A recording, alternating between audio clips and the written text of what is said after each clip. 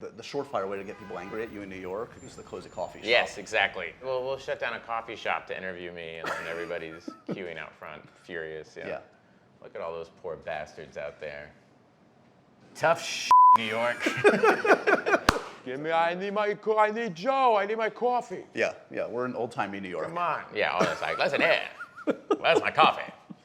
Where's that brown liquid that gives me a jolt? How much does caffeine play into your life? How much did it play into your life keeping you alive during the SNL days? Oh, during SNL, big time, but probably good and bad because I was drinking so much of it that then when you would get on air, I mean, you're all jittery. And right. It wasn't until recently that someone was like, oh, you have like anxiety problems. You should cut down on caffeine. I'm no and Dr. I was Bill, like, but... What?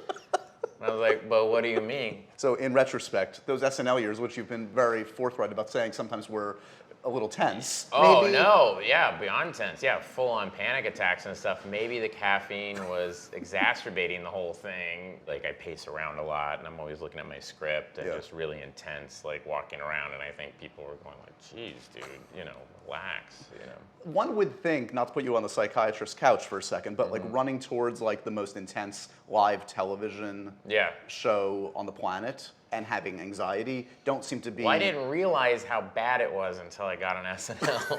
I knew I had it, but man, when I got on SNL, I didn't even know what it was, Right. And then it wasn't until I went to a doctor that they were like, everything you're saying describes it, that's anxiety. You literally just went down the checklist. Oh, yeah? Okay, and I just didn't believe him. Like, sure.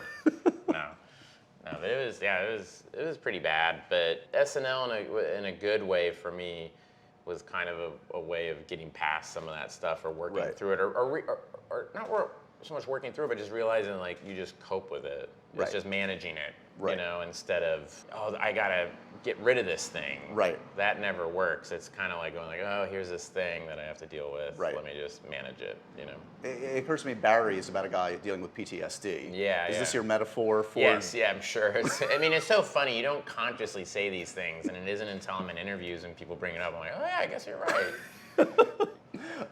So we're here at Joe's for good reason. Yeah. This is a very storied part of your past.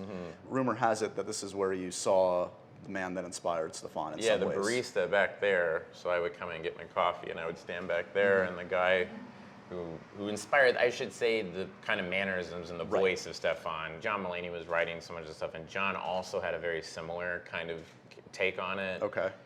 Take on it meaning the voice and everything. Yeah. I think there's a guy back there that I would sit and just draw out. And it was the combo of that and Mulaney's take that kind of... Mulaney got an email.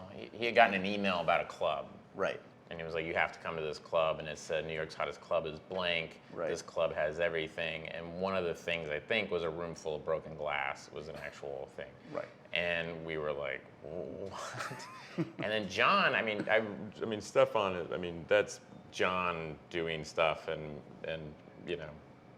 putting me in it, and but John deserves a ton of credit for that. Right. Has the real Stefon like monetized the situation like the real Kramer from Seinfeld? Like, is there like a Stefon tour? I've never seen him or anything. So you never came back after you started doing it and saw the real Stefon? No, but I came in here once, and like the minute I walked in, they were like, he doesn't work here anymore. Like the minute I walked in. He doesn't work here anymore. And I was like, oh.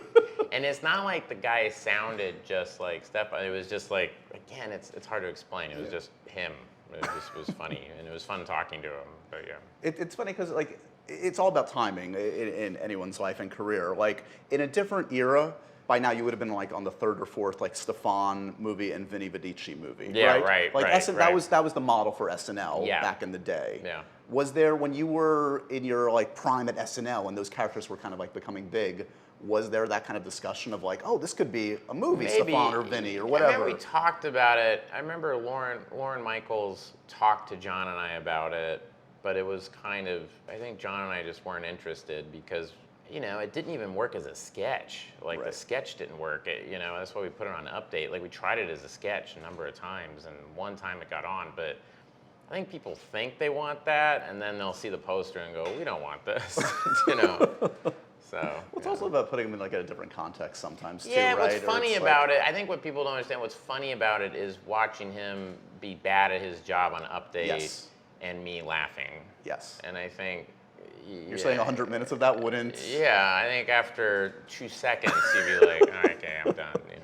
When you made the decision to leave SNL, and part of it I know was like lifestyle, you just Yeah, for I your had, kids, like, et cetera, kids, right? yeah. Was part of you worried like, wait, I've left the pinnacle of my career, like this, I've peaked? I never look at anything like that. It's really weird. I kind of just follow things project to project, and it's more just about kind of my own personal happiness in that Right. moment. That's way too logical. I don't Yeah, understand. I know. It's weird. What? When I think of Oklahoma, I don't necessarily think of the hotbed of entertainment Yeah, generally. yeah. You grew up in Oklahoma. Yes. Dr. Phil, Chuck Norris, and you, basically. Right, and Garth Brooks, Brooks, Gary okay. Busey, Okay. Hanson. Wow. Were you a big Hanson guy? Well, when that song came out, everyone just couldn't believe it was Tulsa people. We were like, those 3 guys came from Tulsa? Like, everyone was so... It was a big deal, man. It was huge. Every time it would play, people would just go nuts. And then the Huey Lewis song, Heart of Rock and Roll, they say Tulsa in it. And that was my first concert, and when that song came on, everybody just got on their feet, and they were like, he's gonna say where we're from. And we were all just like, oh my God, here it comes. And then when he said Tulsa, the house lights came up, and everybody went, Tulsa! And it was like the most cathartic, like, we are recognized. And then when they played it on the radio in Tulsa, by the way, he says like 100 cities. Right. He says like every city in it. Right. But when he said Tulsa, they would remix it. So we go, Tulsa, Tulsa, ta ta ta ta ta ta ta, Tulsa. And everybody was like, ah! You'd be in your car like, yes! So the question is, how does that upbringing define you think? How does it inform who you are today? Well, being totally honest, it was fine, but there wasn't a lot to do. And you either played sports or you did a lot of drugs. And I didn't really play sports or do a lot of drugs, so it was kind of like I just was into movies. Yeah. And I just would go ride my bike to a video store and rent movies and take it home and then make little short films with my sisters and stuff like that. But it was just my hanging out in my room, just kind of like making stuff. Right. Or dreaming about making stuff. It was kind of more apt to it, you know? It was kind of not feeling like you had the confidence to do it. People over there are very kind of, it's very like modest people, you know, and I kind of like that. Before the big break on SNL, you spent a lot of time working kind of like every kind of different job in Hollywood, it seems like. Yeah.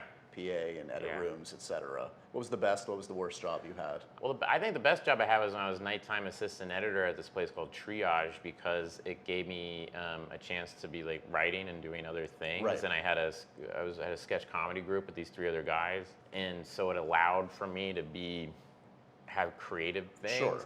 Because when I was a production assistant, I was working crazy hours and just had no time to do anything. Right. You were just on a film set, which to me was so amazing, but it was still just brutal, the hours. Yeah. But I was in a sketch comedy group with these guys, Mel Cowan, Eric Filbakowski, and Matt Offerman. Right. And Matt Offerman's brother's Nick Offerman, and Nick Offerman is married to Megan Mullally, and so they came to a show we were doing and saw me in it, and that's how I got Saturday Night Live, because Megan thought I was funny in that show. But if I hadn't had that job at Triage, doing nighttime assistant editing, that I wouldn't have had the chance to like work with those guys and have that time, you know. You mentioned some of the PA jobs on sets. So you're on the set of a Schwarzenegger movie. You're on the set of Scorpion King. Yeah, Scorpion King. Dwayne "The Rock" Johnson's first film. Did you see he had what it takes to be the ruler of the known universe? Yeah.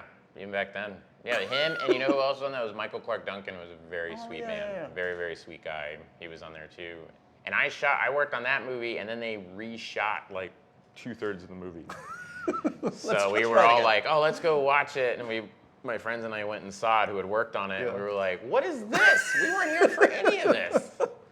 I want to jump to Barry, because it's obviously such a personal, important project to you, and well-deserved congratulations. 17 Emmy nominations in Yeah. season 2. It's insane. It's Yeah. almost impossible to fathom, I would imagine. Yeah, no, it's pretty crazy. So talk to me a little bit, again, knowing what you were into as a kid and what the stuff that's important to you, ironically, it feels like you've gotten to the place that maybe you aspired to now. Yeah, that is SNL true. was a weird like, side Yeah, street. no, but I wouldn't have been able to do this if I hadn't been on SNL, because SNL taught me how to not just perform and have confidence in being able to perform, but also how to write, and you produce your own sketches, Right. and essentially how to direct, because you're telling people, you're directing your sketches essentially. Right. And just having the confidence to talk to department heads and say, well, this is the kind of costumes we want, or this is the way the hair should look, or whatever. And having a clear vision of what you want and executing it. What I always wanted to do was write and direct, and I mean, acting wasn't ever even on the radar. I mean, I was in plays in high school and stuff, and Right. I took classes at Second City, LA, solely because Eric Filipkowski, this guy, was like, hey, do you want to go take classes, you know? So it all worked out, you know? But getting to do Barry has been just one of the best experiences of my life. And also, you know, and just learning. Right. Just learning every day, you know? And you're taking chances more and more. I mean, Yeah. second season, the most celebrated episode was the one probably you took the biggest chance on. Oh the Ronnie yeah, Lily yeah, the episode. Ronnie Lily episode, which was really, that was a tough, I mean, it was a lot of fun, but yeah, I mean, you just have no idea how that's going to turn out. You know what it taught me was being, using your intuition, Right. and just going like, I don't know, this feels right, and we'll see. And then Alec Berg, who I co-created Barry with, I remember we were on set, and he's very kind of, in a good way. This always feels like people are stodgy, but he doesn't like praise a lot of things. Sure. Like you really have to earn. He's one of those guys you have to earn praise about something. So if he says he likes something, you're like, oh wow. He came up to me and was like, this is gonna be really cool. You're like, I'm like, what? I texted all the writers. I'm like, Alec was on set. And he just said this is gonna be good, and they're like, what? Because he's usually like, we can make this better. We can make this better. right. But, you know. Loving movies as much as you do, could you imagine a feature-length version of Barry, whether it's for HBO or HBO taking it to the big screen? I mean, in my mind, it is a movie. Yeah. It's a movie in, 8 parts. Right. And so, and my favorite TV shows tend to be like that right now. You know, Atlanta or Fleabag, especially. Like when I watch those shows, it feels like a big movie. Nothing's incidental in it. Totally. You know, especially in Fleabag, where they're so good at having something that feels like just a kind of innocuous, kind of funny joke, Yeah. and then you go, oh wow, that's totally Yep. integral to the story. We like that as well, you know, it's just not wasting your time. Can you kind of like worry about like what expectations are, what fans want to see, or is it just It's all out of your own? control, and, Yeah. and at the end of the day, it just has to be something Alec and I like. Yeah. And if we like it, then I don't know what to tell you. If you're writing it to make people happy, then the story is not going to be very good. Yeah, you're gonna chase something that's not Yeah, you're gonna- going to chase yeah. something. I mean, already I've had people go, "Wow, so how are you going to beat Ronnie Lily?" And I'm like, I can't tell you if season 3 would have any episode like that, because you want to tell a story. The story's got to kind of lead the way. It Chapter 2, biggest film you've been a part of thus far. Probably, yeah. You have a teenager to thank for your role. Yes, Finn Wolfhard. He was Viking. No, it was. He said that he wanted me to play him when asked in the press, "Who do you want to have play you?" And he said me. And my agent called me and said, "Yeah, so Finn Wolfhard wants you to play him, and so you have a meeting to go in and meet with Andy Machete, the director." And I was like, hey, "This kid's really powerful. This kid's running." Yeah, he runs Hollywood basically. Runs Hollywood. Yeah, I was like, "All right, I'm there." So if you had heard that Finn Wolfhard was saying like, Bill Hader would be the best older Richie, and then you heard 2 months later that Michael Fassbender was playing Richie, Yeah. would that have sat well with you? No, it would have made total sense. I would have been like, oh, well, yeah, Michael Fassbender's gorgeous. That's an unobjectionable. Everybody agrees on that. Everybody. He's gorgeous. I mean, and after Shame, I mean, the guy's got the full, package. yeah, the full thing. Yeah. I remember seeing that movie and just going like, wow, well, some people they get all the breaks. I know you want to go full frontal for your next. Oh, project, yeah. right? Yeah, totally. You brought it up. No one's asking that of me. They're asking me to put more clothes on. They're like, you know, it'd be good in this. I know it's a summer movie, and you guys, it's a movie about Parka, people, yeah. people lost in the desert. But we feel like Bill should have more clothes. You're surrounded by some pretty exceptional actors in this Yeah. one. McAvoy, Chastain. This is Yeah. about as good as they get. Yeah. Once you're in it, you have to, again, let go of like imposter syndrome kind of stuff, I would hope, right? Like Yeah, once you're there, yeah. you're like, I belong here, I'm okay. Yeah, I mean, you kind of have to, because they're like really trained actors, and you do kind of go, what am I doing here? But you have to kind of get over that quick, and honestly, you just have to, I try to just I make a ton of jokes, and I'm constantly on and stuff so I can feel comfortable. Right. And it probably gets old after a while, but I'm just trying to be funny, but also kind of fail in front of people and feel comfortable. Like telling a joke that doesn't work is a way of like, okay, and I'm still, everything's, I'm nervous. Right. So by doing that, I think, and this isn't like something I thought up, I just realized I do this, is that I'm constantly joking around on set as a way to relax myself so I could do the job. Chastain's pretty close with Pacino. You do a very good Al Pacino. Yeah. Has she arranged a meeting? Is that something? No. I don't think she's interested. Yeah, I don't think you'd be interested. Really? Or anybody would be interested. Here's a guy who does your voice, and it's like, okay. Yeah. It's like, I do your voice on the show. It's like, great. What do you want? What should I do? I'm like, I don't know. I flew all the way from LA for this. This is a mistake. It has to thrill you, though, sort of the variety of acting opportunities you've had. Yeah, Judd definitely. helps you with Trainwreck, clearly. Yeah. Skeleton Twins is huge for you. Yeah.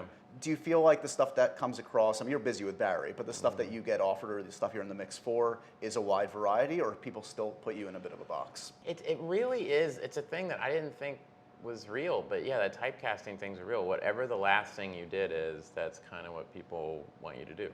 And I've done it to people where I've been like, oh, we should get this person to come in and play that part because I saw them in this and it inspires this idea, and then you go, oh, I'm doing the thing that people do to me. And after Superbad, everything I was offered was crazy authority figures, like the crazy security guard or or something. And then after Skeleton Twins, it was all kind of like brother sister type indie movies. And then it really is after Barry, the amount of depressed hitman movies.